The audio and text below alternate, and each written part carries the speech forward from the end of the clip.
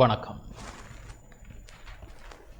இப்போது நான் தனித்திருப்பதால் எனது முகக்கவசத்தை அகற்றியுள்ளேன். கொரோனா தொற்றில் இருந்து உங்களையும் உங்களை சுற்றியுள்ளோரையும் பாதுகாக்க நீங்களும் சுகாதார நடைமுறைகளை பின்பற்றுவதுடன் முகக்கவசத்தையும் அணிந்திருங்கள். டான் தமிழொலியின் பிரதான செய்திகளுடன் நான் குணம் துஷ்யந்தன். முதலில் தலைப்புச் செய்திகள்.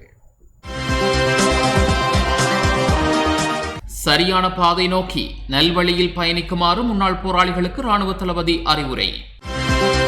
கொழும்பு நோக்கிய அதிபர் ஆசிரியர்களின் ஆர்ப்பாட்ட பேரணி தற்காலிகமாக இடைநிறுத்தப்பட்டது.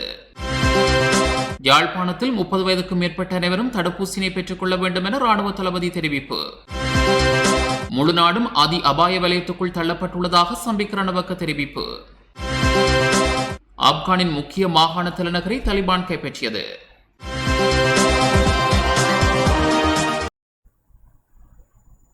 தொடர்பான முதன்மைச் செய்திகள்.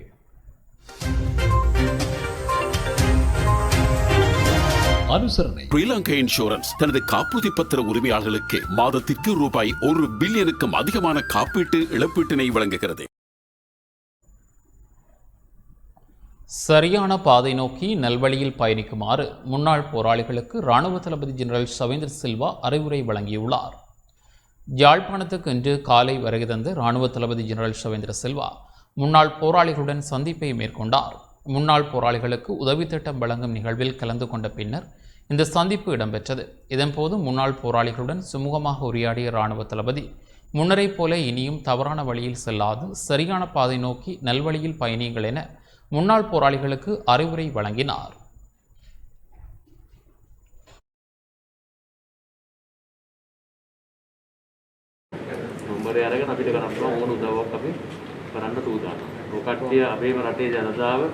ඔකට්ටිය අපේ හමුදා අපි ඔකට්ටිය අපිට විරුද්ධව සටන් කරා අපි ඒවා අමතක කරලා.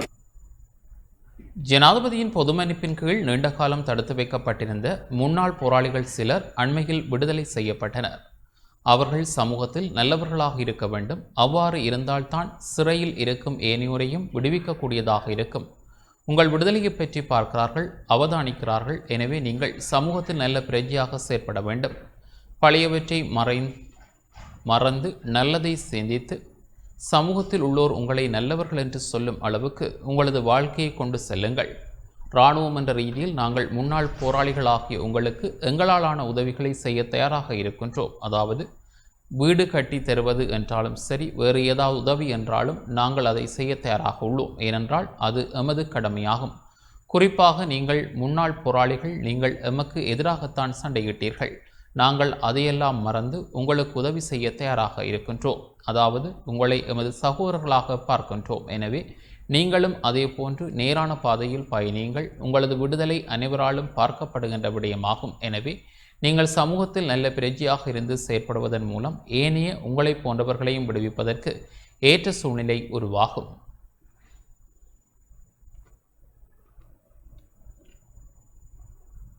கொழும்பு நோக்கிய அதிபர் ஆசிரியர்களின் ஆர்ப்பாட்ட பேரணி தற்காலிகமாக இடைநிறுத்தப்பட்டது.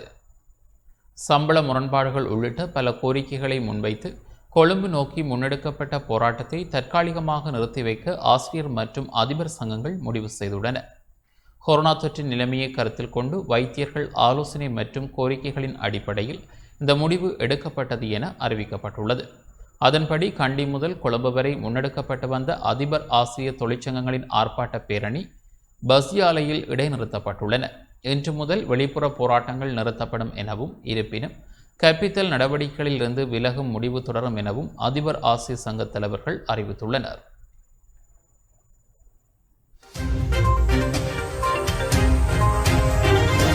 அனுசரணை. ஸ்ரீலங்கா இன்சூரன்ஸ் தனது காப்புறுதி பத்திர உரிமையாளர்களுக்கு மாதத்திற்கு ரூபாய் 1 பில்லியனுக்கும் அதிகமான காப்பீட்டு இழப்பீட்டினை வழங்குகிறது.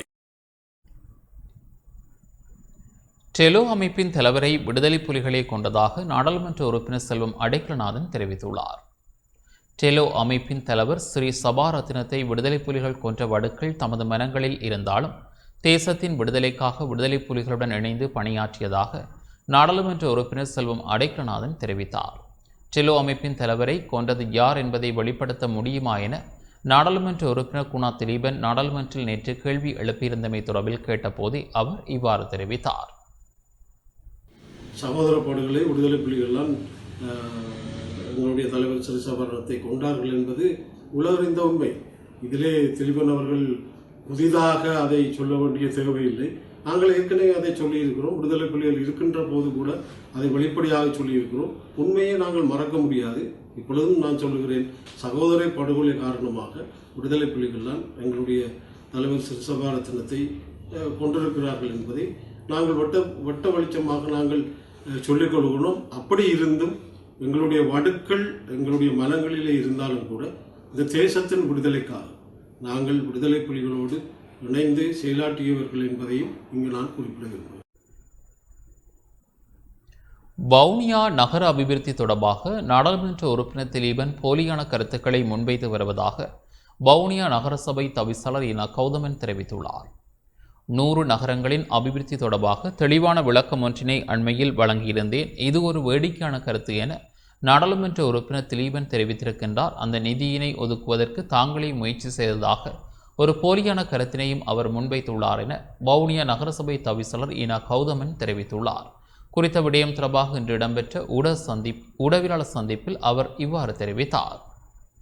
சில தினங்களுக்கு முன்னால் வவுனியா இலங்கையின் 100 நகரங்களுக்கு அபிவிருத்தி செய்யும் அளவுபடுத்தும் திட்டம் ஒன்று வந்திருப்பதை சம்பந்தமாக நான் தெளிவான விளக்கம் ஒன்றை உங்களுக்கு தந்திருந்தேன். அதே சமயம் 2 நாட்களுக்கு முன்னால் இலங்கையின் பாராளுமன்றத்திலே உரையாற்றிய கௌரவ பாராளுமன்ற உறுப்பினர் திலீபன் அவர்கள் கூறியிருந்தார், இது முற்றிலும் முரணான வேடிக்கையான ஒரு கருத்து என்றும், அதே சமயம் இந்த நிதியை கொண்டு வரத்துக்கு தாங்களால் மட்டுமே முயற்சி செய்யப்படுகிறது என்றும் ஒரு போலியான ஒரு குற்றச்சாட்டை வைத்திருந்தார்.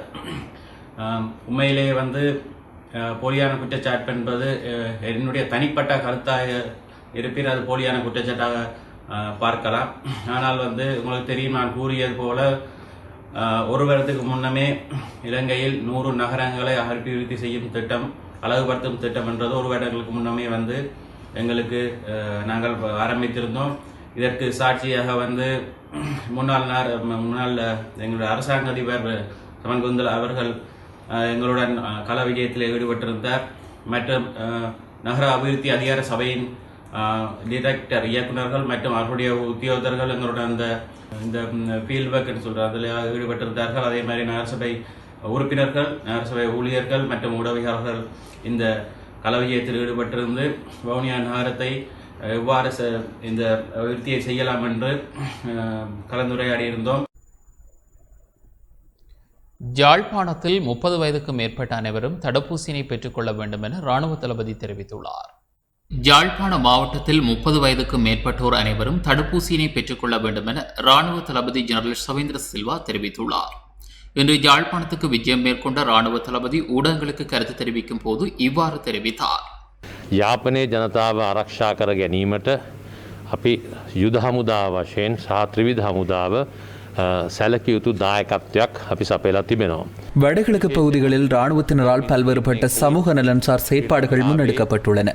அதன் ஒரு அங்கமாகவே இன்றைய தினம் அண்மையில் விடுதலை செய்யப்பட்ட 15 முன்னாள் போராளிகளுக்கு உதவித்தொகையாக 1 லட்சம் ரூபாய் நிதியை வழங்கி வைத்துள்ளோம். இதேபோல் ஏற்கனவே பல்வேறு திட்டங்களை நாம் முன்னெடுத்துள்ளோம். இராணுவமானது யுத்தம் புரிவதற்கானது மட்டுமல்ல, இவ்வாறான செயற்பாடுகளிலும் இராணுவம் ஈடுபட்டு வருகின்றது.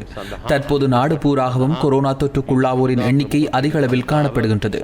யாழ் மாவட்டத்தை எடுத்துக்கொண்டால் நேற்றும் அதிகளவானவர்கள் தொற்றாளர்களாக இனம் காணப்பட்டுள்ளனர்.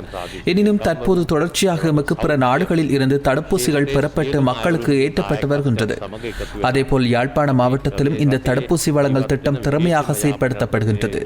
எனவே யாழ்ப்பாண மாவட்டத்தில் 60 வயதிற்கு மேற்பட்ட அனைவரும் கட்டாயமாக தடுப்பூசியினை போடுங்கள். ஏனெனில் உங்களது உயிரை பாதுகாப்பதற்கு இது ஒரு முக்கியமான விடயமாகும். அதேபோல் யாழ்ப்பாணத்தில் உள்ள 30 வயதிற்கு மேற்பட்ட அனைவரும் தடுப்பூசியினை பெற்றுக் கொள்ளுங்கள். இந்த தடுப்பூசியை பெற்றுக் கொள்வதன் மூலமே இறப்பிலிருந்து தப்பித்துக் கொள்ள முடியும். இலங்கை மட்டுமல்ல, உலகளாவிய ரீதியில் இந்த தடுப்பூசி ஒன்றுதான் இந்த நோய்க்கு மருந்தாக காணப்படுகின்றது. அதேபோல் நேற்றைய தினம் கொரோனா ஒழிப்பு செயலணி கூடி சில தீர்மானங்களை எடுத்தது. அந்த தீர்மானங்கள் முழுமையாக நடைமுறைப்படுத்தப்படும். எனினும் பொதுமக்கள் குறித்த தீர்மானங்களுக்கு அமைய செயற்பட வேண்டும். அவ்வாறு செயற்படுவதன் மூலமே இந்த நோய் தொற்றிலிருந்து நம்மையும் நமது சமூகத்தையும் பாதுகாத்துக் கொள்ள முடியும்.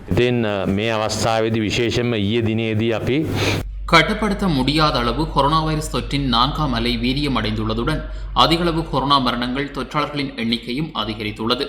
இந்த நிலையில் முழு நாடும் அதி அபாய வலயத்துக்குள் தள்ளப்பட்டுள்ளதாக ஐக்கிய மக்கள் சக்தியின் நாடாளுமன்ற உறுப்பினர் ஷம்பிக் ரணவக்க தெரிவித்துள்ளார். அவரது இல்லத்தில் இன்று நடைபெற்ற செய்தியாளர் சந்திப்பில் அவர் இவ்வாறு தெரிவித்தார். පිරිසක් ආසාධිත වෙමින් මුළු රටම ඉතාමත්ම භයංකර තත්ත්වයකට ඇද වැටිලා තිබීම.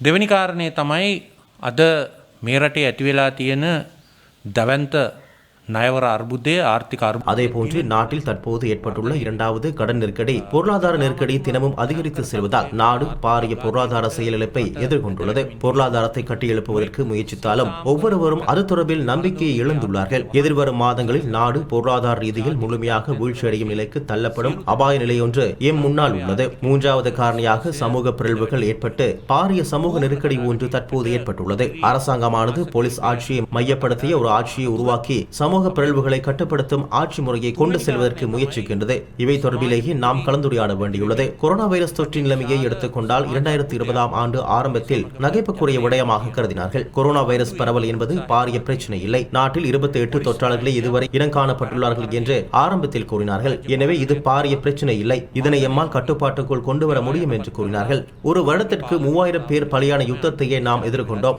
இது ஒரு பிரச்சனையா என்று கேள்வி எழுப்பிய நிலையிலேயே ஜனாதிபதி தனது வேலை திட்டங்களை முன்னெடுத்தார். இன்று 5000க்கும் மேற்பட்டோர் மரணமடைந்துள்ளார்கள். 1,00,000க்கும் மேற்பட்டோருக்கு கொரோனா தொற்று பரவியுள்ளது. உயிரிழந்தவர்கள் தொடர்பில் எந்தவிதமான சரியான தரவுகளும் இல்லை. இதன் சரியான எண்ணிக்கையை கணிப்பதே அடுத்து வரும் அரசாங்கத்தின் பொறுப்பாக உள்ளது. நாட்டில் இன்று மாலை மேலும் 1820 பேருக்கு கொரோனா தொற்று உறுதிப்படுத்தப்பட்டுள்ளதாக ராணுவ தளபதி ஜெனரல் ஷவேந்திர சில்வா அறிவித்துள்ளார். இந்த தொற்றாளர்கள் அனைவரும் சித்திரை புத்தாண்டு கொத்தனையுடன் தொடர்புடையவர்கள் ஆவர்.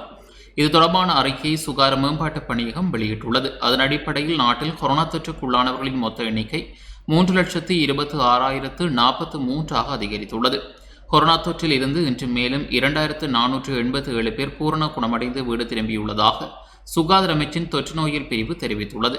அதற்கமைய கொரோனா தொற்றில் இருந்து பூரண குணமடைந்தவர்களின் மொத்த எண்ணிக்கை 2,90,794 அதிகரித்துள்ளது. கொரோனா தொற்றுக்குள்ளாகி உயிரிழந்தோரின் மொத்த எண்ணிக்கை 4,919 அதிகரித்துள்ளது. அதனால் குணமடைந்தவர்கள் மற்றும் உயிரிழந்தவர்களை தவிர்த்து தற்பொழுது 30,330 தொற்றாளர்கள் வைத்தியசாலைகள் மற்றும் கொரோனா சிகிச்சை நிலையங்களில் சிகிச்சை பெற்று வருகின்றனர்.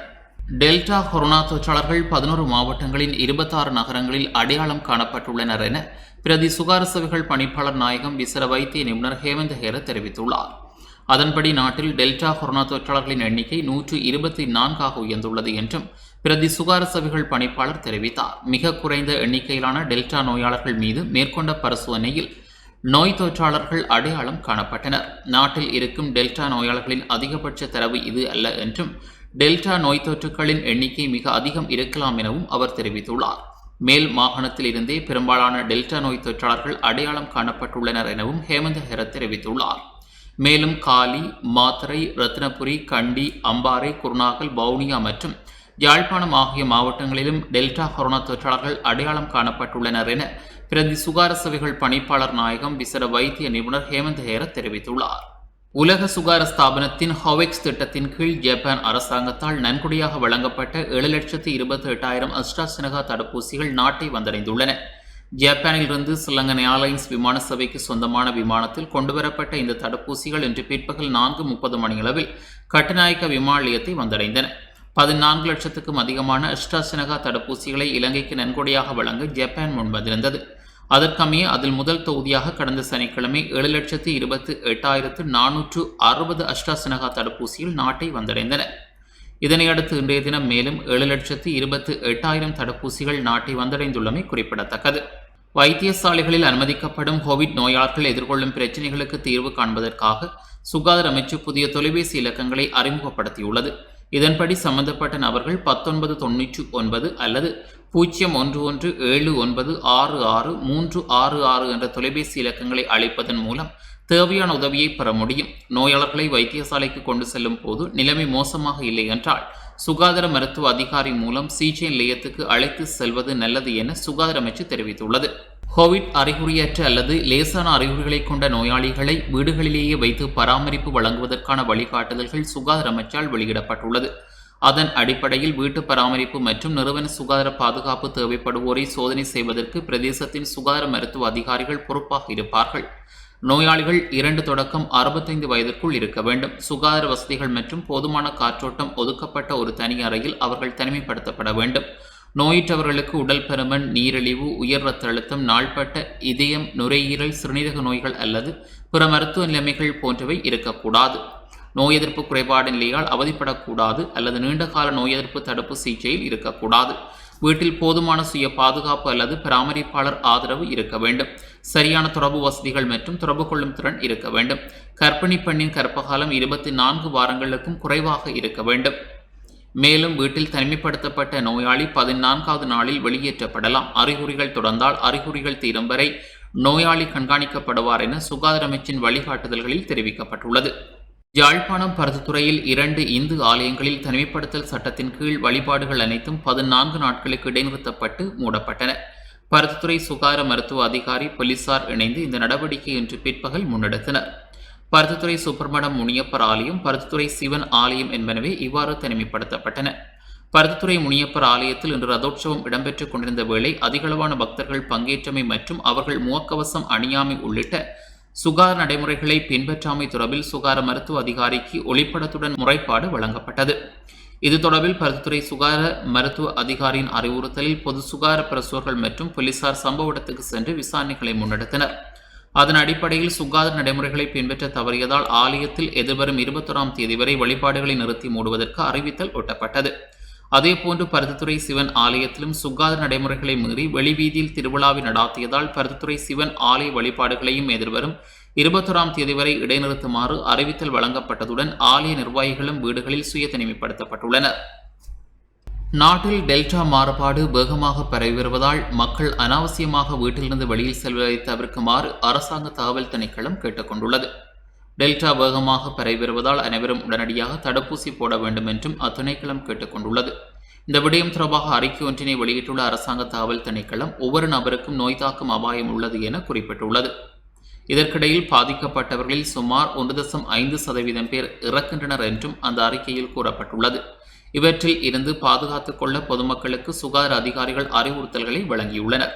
அந்த வகையில் அத்தியாவசியமின்றி வீட்டை விட்டு வெளியேற வேண்டாம், திருமணங்கள், இறுதிச் சடங்குகள் மற்றும் பிற பொதுக்கூட்டங்களில் கலந்து கொள்வதை தவிர்க்கவும், பொது இடங்களில் முகக்கவசம் அணிவது கட்டாயம், அறை, அரங்குகள், லிப்ட், வாகனங்கள் போன்ற மூடப்பட்ட பகுதிகளில் உள்ளவர்களுடன் தொடர்பு கொள்ளாதீர்கள். அவ்வப்போது கைகளை சவர்க்காரமிட்டு கழுவவும், 2 மீட்டருக்கு மேல் சமூக இடைவெளி பின்பற்ற வேண்டும். நோய் தொற்று அறிகுறி இருந்தால் வீட்டை விட்டு வெளியேற வேண்டாம் என அரசாங்க தகவல் திணைக்களம் அறிவுறுத்தியுள்ளது.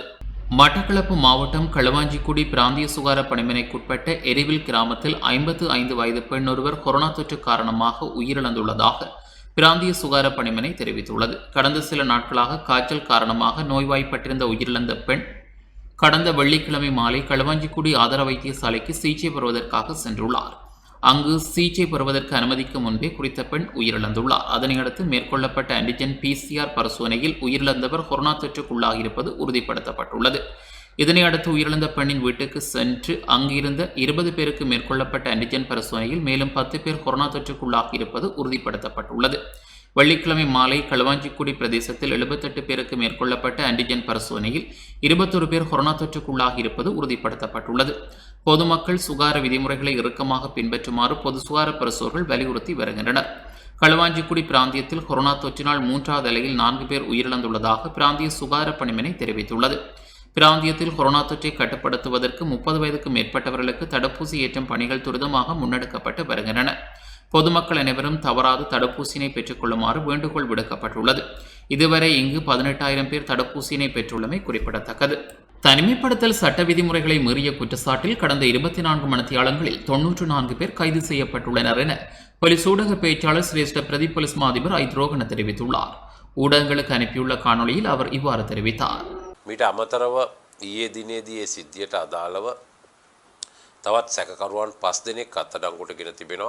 ඒ අතර ශ්‍රී ජයවර්ධන இந்நிலையில் இதுவரை தனிமைப்படுத்தல் சட்ட விதிமுறைகளை மீறிய குற்றச்சாட்டில் கைது செய்யப்பட்டோரின் எண்ணிக்கை 53,453 உயர்வடைந்துள்ளது. இதேவேளை நேற்றைய தினம் மேல் மாகாணத்திலிருந்து வெளியேறும் உட்பிரவேசிக்கும் 13 இடங்களில் மேற்கொள்ளப்பட்ட சோதனை நடவடிக்கையின் போது 7,103 பேர் அவர்கள் பயணித்த 3,950 வாகனங்களோடு சோதனைக்கு உட்படுத்தப்பட்டார்கள். இவர்களில் தனிமைப்படுத்தல் சட்ட விதிமுறைகளை மீறிய குற்றச்சாட்டில் 198 பேர் அவர்கள் பயணித்த 68 வாகனங்களோடு திருப்பி அனுப்பப்பட்டார்கள். தனிமைப்படுத்தல் சட்ட விதிமுறைகளை மீறுவோரை கைது செய்யும் நடவடிக்கை தொடர்ந்து முன்னெடுக்கப்பட உள்ளது. அதேபோன்று முகக்கவசம் அணியாதவர்களை கைது செய்வதற்கான நடவடிக்கை எடுக்கப்பட்டுள்ளது. சகலரும் பொது இடங்களில் முகக்கவசம் அணிந்திருப்பது கட்டாயமாக்கப்பட்டுள்ளது. பொது போக்குவரத்தின் போது முகக்கவசம் அணியாமல் பயணிப்பவர்களுக்கு எதிராக கடுமையான சட்ட நடவடிக்கை எடுக்கப்பட உள்ளது என்றும் அவர் மேலும் தெரிவித்தார். AstraZeneca 2ஆம் தடுப்பூசி பெற்றுக் கொள்ளாதவர்கள் கொழும்பு 4 பம்பலப்பிட்டியில் உள்ள போலீஸ் சிவில் படை தலைமையகத்துக்கு சென்று தடுப்பூசியை பெற்றுக் கொள்ளுமாறு போலீஸ் ஊடக பேச்சாளர் கோரிக்கை விடுத்துள்ளார். தேசிய அடையாள அட்டை, முதலாவது தடுப்பூசி பெற்றுக் கொண்டமைக்கான அட்டை என்பவற்றோடு சென்று 2வது தடுப்பூசியை பெற்றுக் கொள்ளுமாறு அவர் அறிவுறுத்தியுள்ளார். இந்நிலையில் பண மோசடியில் ஈடுபட்ட குற்றச்சாட்டில் 46 வயதான தில்ஹானி ஹதுருசிங்க என்பவர் நேற்று கைது செய்யப்பட்டுள்ளார். குடு ஆஷா என்று அழைக்கப்படும் குறித்த பெண் போதைப் பொருள் கடத்தல்காரரான சமி என்று அழைக்கப்படும் சமிந்த எதிர்சிங்கவின் பங்குதாரர் என்று தெரிய வந்துள்ளது. 2 வருடங்களுக்கு முன்பு படுகொலை செய்யப்பட்ட குறித்த கடத்தல்காரர் பல்வேறு குற்றங்களோடு தொடர்புடையவர் என்பது குறிப்பிடத்தக்கது. இந்நிலையில் குறித்த பெண் கம்பஹா நீதிமன்றத்தில் ஆஜர்படுத்தப்பட்ட நிலையில் 14 நாட்களுக்கு விளக்கமறியலில் வைக்கப்பட்டுள்ளார். குறித்த பெண்ணிடம் இருந்து 5 மில்லியன் ரூபாய் பெறுமதியான அசையும் சொத்துக்கள் கைப்பற்றப்பட்டுள்ளன. அவரது பெயரில் 2019, 2020 ஆண்டுகளில் 23 மில்லியன் ரூபாய் பணம் வெவ்வேறு வங்கி கணக்குகளுக்கு வைப்பிலிடப்பட்டுள்ளமையும் விசாரணைகளில் தெரிய வந்துள்ளது. නිරෝධායන රීතින් යටතේ කටයුතු කිරීමට மன்னார் மாவட்டத்தில் கடந்த ஜூலை மாதம் சினோஃபார்ம் முதலாவது தடுப்பூசியை பெற்றுக் கொண்டவர்களுக்கு எதிர்வரும் திங்கட்கிழமை முதல் 2வது தடுப்பூசியை வழங்க நடவடிக்கை எடுத்துள்ளதாக மன்னார் மாவட்ட பிராந்திய சுகாதார சேவைகள் பணிப்பாளர் வைத்தியர் டீனா வினோதன் தெரிவித்துள்ளார். திங்கட்கிழமை காலை 8 மணி முதல் மதியம் 1 மணி வரை மன்னார் புனித சவேரியார் பெண்கள் தேசிய பாடசாலை மற்றும் பேசாலை சென்ட் மேரிஸ் கல்லூரி ஆகியவற்றிலும் அன்றைய தினம் மாலை 2 மணி முதல் 4:30 மணி வரை எருக்கலம்பட்டி பிரதேச வைத்தியசாலை மற்றும் தலைமன்னார் ரோமன் கத்தோலிக்க பாடசாலை ஆகியவற்றில் சினோஃபார்ம் கொரோனா தடுப்பூசியின் 2வது தடுப்பூசி வழங்கப்படும் என மாவட்ட பிராந்திய சுகாதார சேவைகள் பணிப்பாளர் வைத்தியர் டீனா வினோதன் தெரிவித்தார். மேலும் மாந்தை மேற்கு சுகார வைத்திய அதிகாரி பிரிவு, முசலி சுகார வைத்திய அதிகாரி அலுவலகத்திலும் சினோஃபார்ம் கொரோனா தடுப்பூசியின் 2வது தடுப்பூசி வழங்கப்பட உள்ளது. எதிர்வரும் செவ்வாய்க்கிழமை மடு ஆலயத்துக்கு அருகிலுள்ள வைத்தியசாலையில் காலை 8 மணி முதல் சினோஃபார்ம் கொரோனா தடுப்பூசியின் 2வது தடுப்பூசி வழங்கப்பட உள்ளது. இரணையிலுப்பைக்குளம் ஆரம்ப சுகாதார வைத்தியசாலையிலும் செவ்வாய்க்கிழமை காலை 8 மணி முதல் சினோஃபார்ம் கொரோனா தடுப்பூசியின் 2வது தடுப்பூசி வழங்கப்படும் என வைத்தியர் டீனா வினோதன் தெரிவித்துள்ளார். கோவிட் மரணங்களின் எண்ணிக்கை அதிகரித்து வரும் நிலையில் பாணாந்துறை வைத்தியசாலையின் பிண அறையில் 45 சடலங்கள் வைக்கப்பட்டுள்ளதாக தகவல் வெளியிடப்பட்டுள்ளது. அதில் கோவிட் சடலங்கள் 22 வரை உள்ளதாகவும் சடலங்களில் இருந்து துர்நாற்றம் வீசுவதாகவும் வைத்தியசாலையில் உள்ள நோயாளர்கள் விசனம் வெளியிட்டுள்ளனர். பிண அறையின் குளிரூட்டிகளின் திறனுக்கேற்ப சடலங்கள் வைக்கப்பட்டுள்ள நிலையில் ஏனையவற்றை வைப்பதற்கு பிண அறையில் இடமில்லாமையினால் அதற்கு வெளியே வைக்க வேண்டிய நிலைமை ஏற்பட்டுள்ளது. அவ்வாறு வைக்கப்பட்டுள்ள சடலங்களில் பெரும்பான்மையான சடலங்கள் துர்நாற்றம் வீச ஆரம்பித்துள்ளன. இதன் காரணமாக பிரதேசத்தின் சுடுகாடுகள் 24 மணித்தியாலங்களும் திறந்து வைக்கப்பட்டுள்ளதாகவும் சடலங்களை தகனம் செய்வதற்கு நடவடிக்கை எடுக்கப்பட்டுள்ளதாகவும் பிரதேச சுகாதார அதிகாரி தெரிவித்துள்ளார். நுவரெலியா மாவட்டம் மஸ்கலியா பொது சுகாதார வைத்திய அதிகாரி காரியாலயத்துக்குட்பட்ட பகுதியில் மேலும் 29 பேருக்கு கொரோனா தொற்று உறுதி செய்யப்பட்டுள்ளது. தொற்றாளர்களுடன் தொடர்பினை பேணிய 55 பேர் சுய தனிமைப்படுத்தப்பட்ட நிலையில் அவர்களுக்கு மேற்கொள்ளப்பட்ட PCR பரிசோதனையிலேயே குறித்த 29 பேருக்கும் தொற்று உறுதி செய்யப்பட்டுள்ளது. மஸ்கலியா நகரப்பகுதி, நோர்வுட் நகரப்பகுதி மற்றும் கவரவில் பகுதிகளைச் சேர்ந்தவர்களை தொற்றுக்குள்ளாகியுள்ளதாகவும் அவர்களை சுயதனிமை மத்திய நிலையத்துக்கு அனுப்பி வைக்க உள்ளதாகவும் மஸ்கலியா பொது சுகாதார அதிகாரிகள் தெரிவித்துள்ளனர். நுவரெலியா மாவட்டம் ஹெட்டன்டிகோயா நகரசபைக்குட்பட்ட பகுதியில் 12 பேருக்கு கொரோனா தொற்று உறுதி செய்யப்பட்டுள்ளது. தொற்றாளர்களுடன் தொடர்பினை பேணிய 31 பேருக்கு மேற்கொள்ளப்பட்ட PCR பரிசோதனை அறிக்கையில் திம்புல வீதி, கிஜிரபுரம், பாண்டாரநாயக்கபுரம் மற்றும் சுரங்கப்பாதை ஆகிய பகுதிகளில் உள்ள 6 குடும்பங்களைச் சேர்ந்த 12 பேருக்கு தொற்று உறுதிப்படுத்தப்பட்டுள்ளது. தொற்றுக்குள்ளானவர்கள் சுயதனிமை மத்திய நிலையங்களுக்கு அனுப்பி வைக்கப்பட உள்ளதாக ஹெட்டன்டிகோயா நகரசபை பொது சுகாதார அதிகாரிகள் தெரிவித்துள்ளனர். டெல்டா பரவலை இனம் காண்பதற்கு கொழும்பில் ஜூலை மாதம் 1ஆம் வாரத்தில் முன்னெடுக்கப்பட்ட மரபணுவின் ஒழுங்கமைப்பை அறியும் பரிசோதனையில் 19.3% டெல்டா தொற்றுக்குள்ளாகியுள்ளமை இனம் காணப்பட்டது.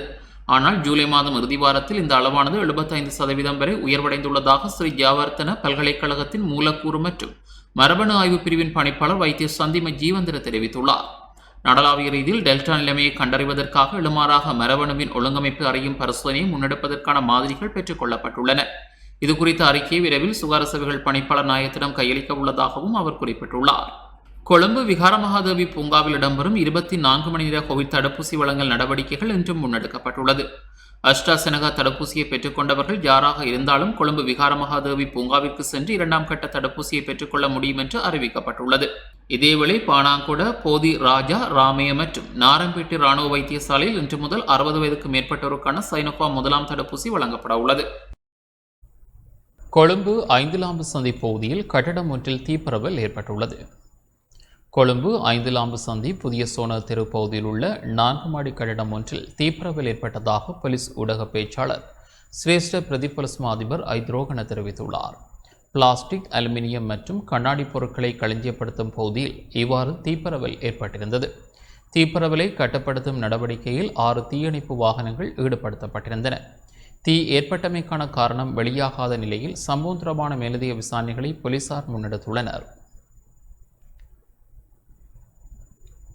கிளிநொச்சியில் இராணுவ சீருடையுடன் மனித எச்சங்கள் காணப்பட்ட பகுதியில் முன்னெடுக்கப்பட்ட அகழ்வு பணி நிறைவு செய்யப்பட்டது. கிளிநொச்சி விளாவோடை வயல் பகுதியில் இராணுவ சீருடையுடன் மனித எச்சங்கள் அடையாளம் காணப்பட்ட பகுதியில் முன்னெடுக்கப்பட்ட அகழ்வு பணி நிறைவு செய்யப்பட்டுள்ளது.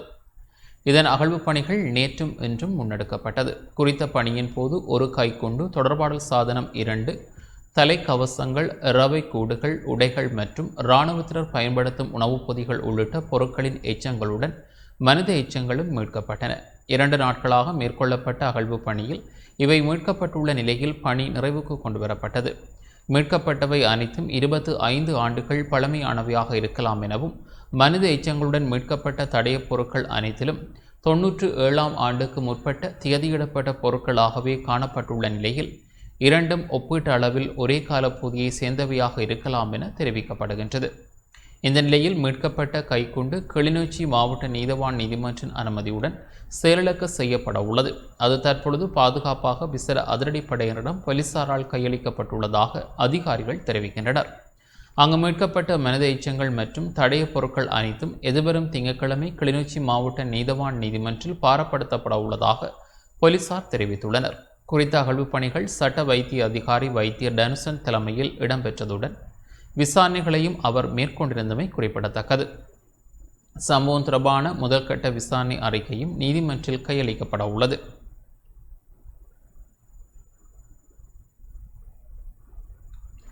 கோவிட் தொற்றாளர்களுக்கு மத்தியில் டெங்கு நோயாளர்கள் எண்ணிக்கையும் அதிகரித்துள்ளது. நாட்டில் டெங்கு நோய் தொற்று அதிகரிக்கும் அபாயம் உள்ளதாக விசேட வைத்தியர் ஆர்னோல்ட் எச்சரிக்கை விடுத்துள்ளார். நாட்டில் கோவிட் தொற்று பரவல் அதிகரித்துள்ளது. இவ்வாறானதொரு காலப்பகுதியில் டெங்கு நோய் தொற்றும் அதிகரித்தால் அது நாட்டின் சுகாதாரத்துறைக்கு பாரிய தாக்கத்தினை ஏற்படுத்தும் என அவர் குறிப்பிட்டுள்ளார். இதேவேளை இந்த வருடத்தின் இதுவரையான காலப்பகுதியில் 17,134 டெங்கு நோயாளர்கள் அடையாளம் காணப்பட்டுள்ள நிலையில் கடந்த ஜூலை மாதத்தில் மாத்திரம் 3,292 டெங்கு நோயாளர்கள் இனம் காணப்பட்டுள்ளதாக விசேட வைத்தியர் ஆர்னோல்ட் தெரிவித்துள்ளார்.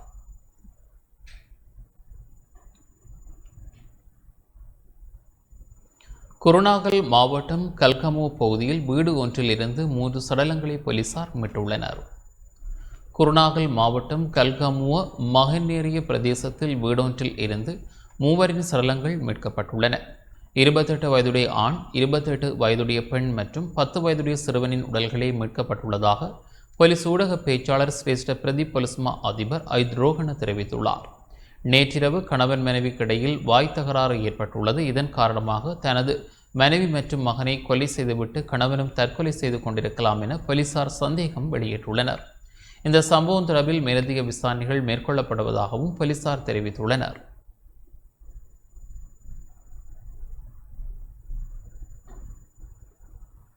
கொரோனா நிலைமை காரணமாக மன்னாரில் பெண் தலைமைத்துவ குடும்பங்கள் பாதிக்கப்பட்டுள்ளதாக தெரிவிக்கப்பட்டுள்ளது. கொரோனா தொற்று மற்றும் முடக்கநிலை காரணமாக மன்னார் மாவட்டத்தில் பெண் தலைமைத்துவ குடும்பங்கள் மிகவும் பாதிக்கப்படுவதாகவும் மீள முடியாத கடன் சுமையில் தவிப்பதாகவும் மன்னார் மாவட்ட வளர்ப்புறை பெண்கள் அமைப்பினர் சுட்டிக்காட்டியுள்ளனர். தேசிய மீனவ ஒத்துழைப்பு இயக்கத்தின் ஏற்பாட்டில் தேசிய மீனவ ஒத்துழைப்பு இயக்க மன்னார் மாவட்ட இணைப்பாளர் பெனடிட் குரூஸ் தலைமையில் மாவட்ட பெண் செயற்பாட்டாளர் மேரி பிரியங்கா ஒழுங்கமைப்பில் மன்னாரில் இன்று இடம்பெற்ற கூட்டத்திலே வளர்ப்புறை பெண்கள் அமைப்பின் தலைவி கே ரீட்டா இவ்வாறு கூறினார்.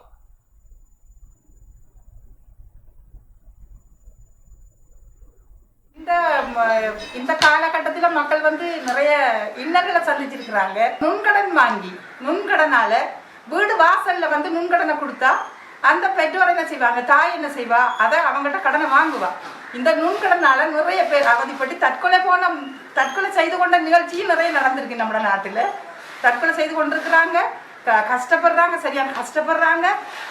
கொரோனாவால் பிரச்சனை வந்து கொரோனாவால் வெளியில் போக இயலாது.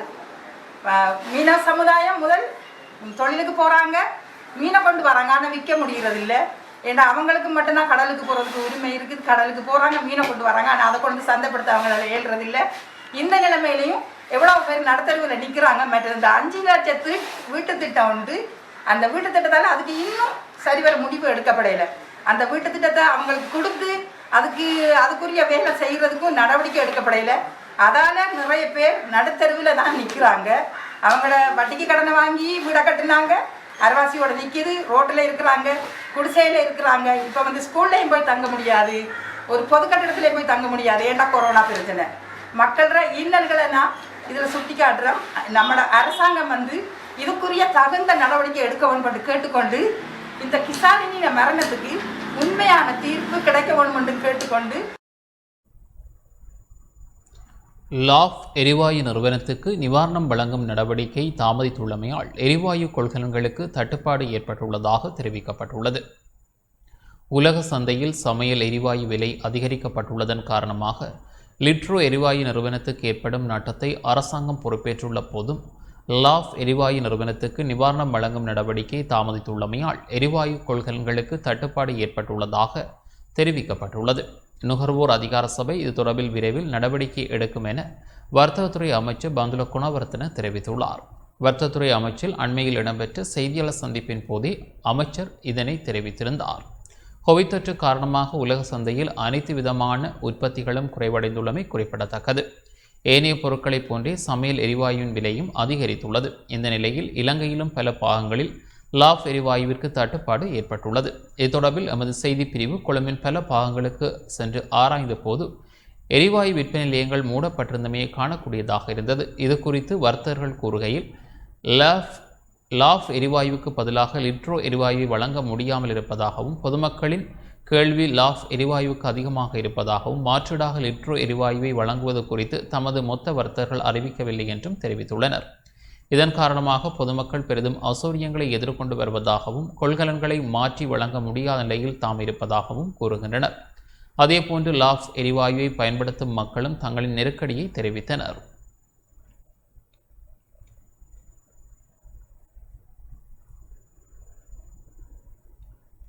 இலங்கை உதைபந்தாட்ட சம்மேளனத்தின் புதிய நிர்வாக சபையினருக்கு வவுனியாவில் வரவேற்பு அளிக்கப்பட்டது. இலங்கை உதைபந்தாட்ட சம்மேளனத்தின் புதிய நிர்வாக சபையினருக்கு வவுனியா உதைபந்தாட்ட சங்கத்தின் ஏற்பாட்டில் அதன் தலைவர் நாகராஜன் தலைமையில் வரவேற்பு அளிக்கப்பட்டது. முன்னதாக சம்மேளனத்தின் புதிய நிர்வாக சபையினர் நகரசபை வாயிலில் இருந்து ஊர்வலமாக அழைத்து வரப்பட்டு கௌரவிக்கப்பட்டதுடன் நினைவு பரிசல்களும் வழங்கி வைக்கப்பட்டது. நிகழ்வில் உதைபந்தாட்ட சம்மேளனத்தின் தலைவர் ஐஸ்வர் உமர் மற்றும் உபதலைவர் இமானுவேல் ஆர்னோல்ட், பாராளுமன்ற உறுப்பினர்களான செல்வம் அடைக்கலநாதன், வினோத் ஒஹ்ராலிங்கம், முன்னாள் மாகாண சபை உறுப்பினர் சேனா மயூரன், பானா சத்தியலிங்கம், விளையாட்டுக் கழகத்தினர் கலந்து கொண்டனர்.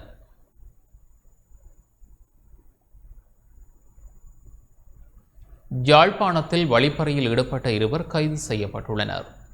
கடந்த 3 மாத காலமாக யாழ்ப்பாணத்தில் வீதியில் பயணிப்போரிடம் வழிப்பறியில் ஈடுபட்ட இருவர் யாழ் மாவட்ட குற்றத்தடுப்பு போலீஸ் பிரிவினரால் கைது செய்யப்பட்டுள்ளனர். நேற்றைய தினம் கோப்பாய் பிரதேசத்தில் கடமையாற்றும் உத்தியோகஸ்தர் ஒருவரின் தொலைபேசி, 50,000 ரூபாய் பணம், கைப்பை, மேலும் பல ஆவணங்களை திருடி சென்றமை, யாழில் பத்திரிகை நிறுவனத்தில் கடமையாற்றும் ஒருவரின் கைத்தொலைபேசியினை திருடிச் சென்றமை, சுன்னாகம் பகுதியில் ஆசிரியர் ஒருவரின் கைப்பை, 2 தொலைபேசி, 30,000 ரூபாய் பணம் மற்றும் மானிப்பாயில் நபர் ஒருவரின் கைப்பையை திருடிய திருட்டுச் சம்பவத்துடன் தொடர்புடைய சந்தேக நபர்களே இவ்வாறு மாவட்ட குற்றத்தடுப்பு போலீஸ் பிரிவினரால் கைது செய்யப்பட்டுள்ளனர். அவர்களிடம் மேற்கொள்ளப்பட்ட விசாரணைகளை தொடர்ந்து கொள்ளையிடப்பட்ட பணம், கைப்பை மற்றும் ஏனைய ஆவணங்கள் மீட்கப்பட்டுள்ளன. அவர்கள் குடு பாவனையாளர்கள் எனவும் தமக்கு குடிப்பதற்கு பணம் தேவை என்பதனால் வழிப்பறியில் ஈடுபட்டதாகவும் ஆரம்பகட்ட விசாரணையில் தெரியவந்துள்ளது. சாவச்சேரி பகுதியைச் சேர்ந்த இருவரே இவ்வாறு கைது செய்யப்பட்டுள்ளனர். இவ்வாறான திருட்டு சம்பவங்கள் இடம்பெறும் பட்சத்தில் பாதிக்கப்பட்டவர்கள் உடனடியாக மாவட்ட குற்றத்தடுப்பு பிரிவினரை தொடர்பு கொள்வதன் மூலம் தமக்குரிய பொருட்களை மீட்க முடியும் என மாவட்ட குற்றத்தடுப்பு போலீசார் தெரிவித்துள்ளனர்.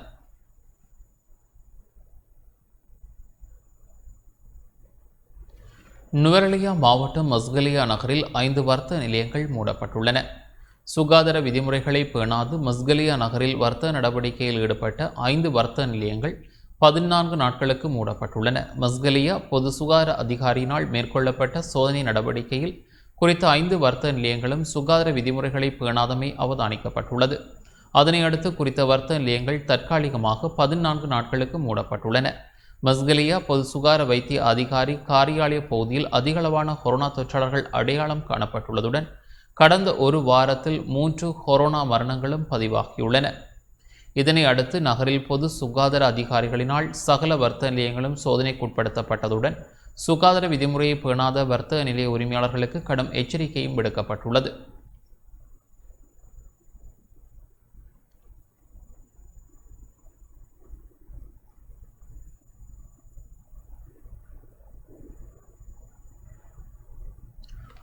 அரசாங்கம் அவ்வப்போது தனது மனிதாபிமானமற்ற முகத்தை வெளிப்படுத்துவதாக எதிர்க்கட்சித் தலைவர் சயித் பிரேமதாச தெரிவித்துள்ளார். அரசாங்கம் அவ்வப்போது தனது மனிதாபிமானமற்ற முகத்தை வெளிப்படுத்துவதாகவும் நாட்டில் நாள்தோறும் பதிவாகி வரும் கோவிட் மரணங்களுக்கான பொறுப்பினை அரசாங்கம் ஏற்றுக்கொள்ள வேண்டும் எனவும் எதிர்க்கட்சித் தலைவர் சயித் பிரேமதாச தெரிவித்துள்ளார். கோவிட் பெருந்தொற்று தீவிரமடைவதற்கு அரசாங்கத்தின் நடவடிக்கைகளே காரணம் எனவும் எதிர்க்கட்சித் தலைவர் தெரிவித்தார். எதிர்க்கட்சித் தலைவர் அலுவலகத்தில் வைத்து ஊடகங்களுக்கு இவ்வாறு தெரிவித்தார். මේ වන විට රට තුළ COVID-19 සීග්‍ර ව්‍යාප්තියකට ලක්වෙමින් පවතිනවා. ඩෙල්ටා වේරියන්ට් එක හරහා රටේ සෞඛ්‍ය පද්ධතිය ඉතාමත්ම දැඩි අවදානමකට අනාරක්ෂිත තත්ත්වයකට පත් කරලා තිබෙනවා. மக்களின் போராட்டங்கள் ஆர்ப்பாட்டங்கள் காரணமாக நோய் தொற்று பரவவில்லை. அரசாங்கத்தின் எல்லை மீறிய நடவடிக்கைகளினால் தான் இந்த நிலைமை ஏற்பட்டுள்ளது. மக்களுக்கு துரோகமளிக்கும் அரசாங்கத்தின் செயற்பாடுகளை எதிர்த்தே மக்கள் போராட்டங்களையும் ஆர்ப்பாட்டங்களையும் மேற்கொள்கின்றனர். நொடிக்கு நொடி அரசாங்கம் தனது மனிதாபிமானமற்ற முகத்தை காண்பித்து வருகின்றது. தினசரி கொரோனா இறப்புகளுக்கு அரசாங்கமே பொறுப்பேற்க வேண்டும். රටේ ජනතාවට උද්ගත වන්නේ නැහැ. මේ වගේ මරණ වැඩි වෙන්නේ නැහැ. එදා අපි කිව්වා දවසකට 200-300 පන්නලා මැරෙන තත්ත්වයක් නිර්මාණය වෙයි කියලා. வைத்திய ශාස්ත්‍රයේ ප්‍රවීණියනු சமூக வலைதளங்களில் பரவும் போலியான செய்திகள் குறித்து போலீசார் விசாரணைகளை ஆரம்பித்துள்ளனர்.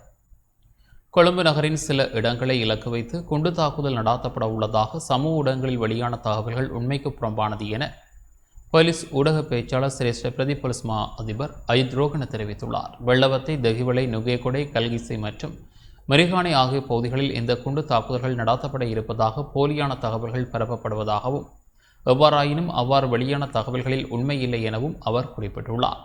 இவ்வாறான சம்பவம் தொடர்பில் கல்கிசை போலீசார் தொடர்ந்து விசாரணைகளை முன்னெடுத்து வருவதாகவும் அஜித் ரோகன தெரிவித்துள்ளார்.